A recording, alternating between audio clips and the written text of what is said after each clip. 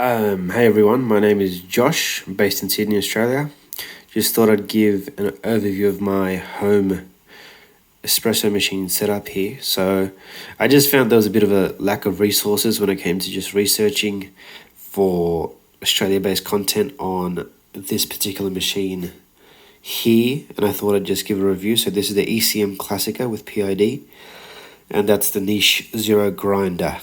Now, I'll try my best to sort of give an overview of the setup I have here. So this machine cost $2,000 from Mecca Coffee Company based in Roselands, and that was the best price I could really find. Most vendors throughout Australia was around $2,200, $2,150, around there. The niche I also found for $1,350, which is also from the same place, Deepachi, which is a superb place. I recommend everyone go there. Probably one of the best coffee exhibition places, coffee machine sort of warehouses in Sydney, and a very accessible Western Sydney location. And those were the best prices I really found, and the niche is very hard to actually find in Australia. It's always sold out or on back order, so I was grateful that I could find it in such close proximity. And this is a small weight scale from Market Lane Coffee based in Melbourne, just $35. No way was I going to pay $300 for an Acacia or I don't know, Luna, whatever they're called. You can't really justify spending the big bucks on things like a scale. This does the job, and I'll demonstrate shortly, just growing some coffee through here. And now, this comes with a regular double spout, but I bought the La Marzocco handle. So, the handle itself was $110 from, not too sure, one of those alternative brewing or barista warehouse. There's plenty of vendors if you just look online in Sydney. And $110, and the basket is a VST 22-gram basket. I'll just take it out for you. Have a look. There we go, VST 22-gram. This was around $55 from Deepachi as well. And the regular basket that comes with it, I've got it tucked away. It holds 18 grams, which is not enough for the sort of espressos I'm making, and it's also sort of pressurized as well. It's got a divot running in, so I prefer just the standard barista hardware here, which you'll find in most commercial cafes. Now, this is the Rhino flat tamper I got from coffeeparts.com.au, I think. $70-80. No way was I going to spend $250 on, I don't know, the other flat tampers that exist out there. This does the job, and it's 58.5 mils. Next one. This is an eBay China-made coffee distributor. You put the coffee grounds in there, you twist it a few times, you distribute, and then you tamp, of course. This was $40, and I did a lot of research. I was not going to pay $200 plus for the different brands out there. St. Anthony Industries, amongst other things. Same thing, does the job. I sort of kept these things pretty basic because there's no point for me really to spend that kind of money. And this base is also from eBay. This cost $40, just something off eBay. Just type in coffee tamping base or something like that. It's a great holder, keeps everything in place. Now, I'll show you some other things. These jugs are both from Rhino Coffee Gear. They're $40 each, thereabouts. This is a Modda stainless steel knockout tube. Costs about $80, and these temperature gauges are really handy. They because you heat milk to 60 to 70 degrees, right? These black out as soon as you hit that, so you don't need a thermometer, which I feel is very clunky. And that's an overview of my equipment, really, and I'm glad I could get everything at this sort of price. Now, just a quick foray into why I got this machine. So this machine is an E61 group head. It produces espresso like top tier home prosumer level machines, like the $4,000-$5,000 machines. The only trade-off is it's got a single boiler, not a double boiler.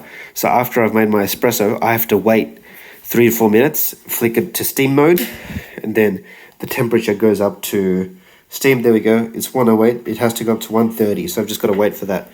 The thing is, I mostly drink espresso and macchiato, which is like a tiny dollop of milk, or a long black, which is hot water with milk, so I don't really need the steam functionality.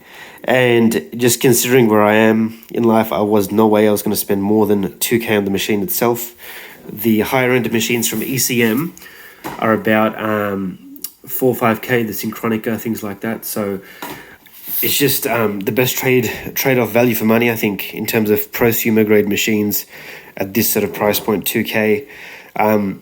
Thing is, I spent about 1 or 2 months of solid research about what coffee machine I should really buy, because I was just going for the, sort of home appliance brands at first, Sunbeam, DeLonghi, Breville, but you do a bit of digging in Australia with, especially with Australia's amazing coffee culture, you realise those really don't cut it, and they fall apart after 3-4 years, and you can't get replaceable parts, whereas machines like this, actually manufactured in Milan and Germany, you'll always be able to find replaceable parts, and there's no issue with sourcing any of that, really. So they'll last you decades, really. That's what they're designed for. That's why I thought may as well make the investment. That's the water tub at the back. You just pour more water in from a jug, and that's how it works. And the construction, of course, is just amazing. It's just beautiful. Now, I'm just going to pause the video and do a demo of some grinding. So as you can see, I've got 22.9 or whatever. It was 23, but it's showing 22.9 now of coffee in there. Now I'll just chuck that into the niche and just show you how that grinds. So you open it up, put it in there like that, put this down below, starts grinding. Doesn't really take too long, takes a bit of time, 20-30 seconds. And I'm just using the Depache coffee beans here, just standard stuff. These are my burner beans just to get my shots right. And then you've got Campos, which is standard good coffee in Australia. This should be a beginner's baseline specialty coffee to get introduced into things. Then I picked up some from a specialty roaster in Melbourne here, which is probably one of the best I've had. It's got all sorts of funny things like extended fermentation and different washing processes, and this is amazing. I highly recommend Code Black. Turn this off.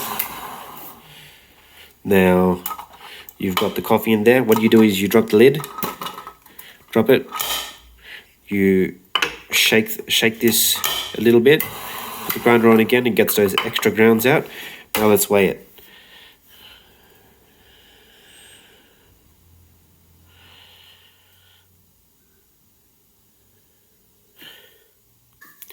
Now weighing it, you do see that it is 22.8 grams. You're showing 22.9 then, but it's pretty much spot on. And that's what's been ground from the niche. Now we'll just pack it in to the to my portafilter here. Sort of need 2 hands for this, but I'll do my best to do it on 1 hand. You put it in like that. You just get it in there. Take it out. So you've got that right. You want to settle it. Don't want to spill anything. Settle it as much as you can. Now you've got this is the leveler. So you put the leveler in. You give it a couple of rounds. Sorry, this is just really difficult coordinating this with 1 hand. Now you got the tamper. Put the tamper in.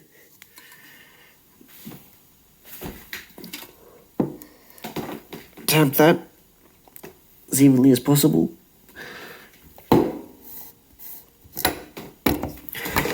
There we go. Now that's been tamped. Now, what I'm going to do is I'm just going to get the scale and the cup set up, and I'll show you the extraction. So just to resume, right, I've got my temperature there, 93 degrees.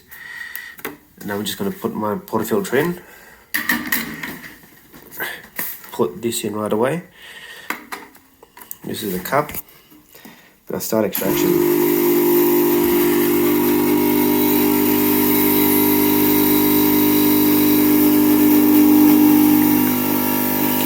Oh, my one-handed extraction wasn't too bad. Now we got to monitor time. Within 25 to 30 seconds, we want double the yield. So 45 approximately. There we go. So we put 23 in, we got 46 out, right about perfect. That's the standard for an espresso ratio, which is 2, and it took us about 30 seconds, I saw. And now you have your coffee right here. Looks beautiful. I won't have this. This is just a demo because I've already had around 5 or 6 shots today and don't want to die. But yeah, there you go. That's how the Classika works. Now, of course, you want milk, you switch this on. And I've got to wait for this to heat up. And you got to purge this a lot in the beginning. There's a lot of water trapped in here. You get all the water out, and then the steam comes out. I was wondering why my milk was tasting really watery and weak. It was because all the water that was trapped in here was getting in the milk first, and then it was steaming. So you got to purge it for a while, and then get the dry steam out, and that steams your milk. So you got to purge into a different jug, and then froth in another jug.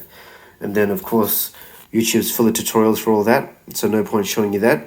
But yeah, this machine is actually perfect for espresso. This is commercial grade espresso with the E61 grip head, and it feels pretty premium as well. I've got chucked the Lama Zerga portafilter in just for that feel. So yeah, the only downside is the wait time for the milk, which is a big deal if you have lattes and flat whites and so on and so forth. You want frothy milk, but for me, it's not really an issue because I've sort of distilled my coffee taste all the way down to an espresso, so those taste like milkshakes to me, or like warm milk really. And I'd add just a dash of milk to this with macchiato. A little bit of milk opens up the flavor and makes it really sweet and brings out those vibrant flavors even more from the espresso. Or a long black, which sort of opens up the espresso and lets you really have the mouth feel and sort of experience some of those more nuanced notes even more. But there you go, there you have it. There's everything from a sort of Sydney perspective. You don't have to watch a German video on the ECM Classika like I had to, which was pretty rough, trying to just get a feel for the machine. Anything else, just let me know in the comments. I'd be happy to answer about what this machine's all about. If you see over here, I've got some of my other setup. Got my filter, Kalita, just experimenting with a few things, but of course the espresso machine is key for every day. Thanks everyone. Cheers.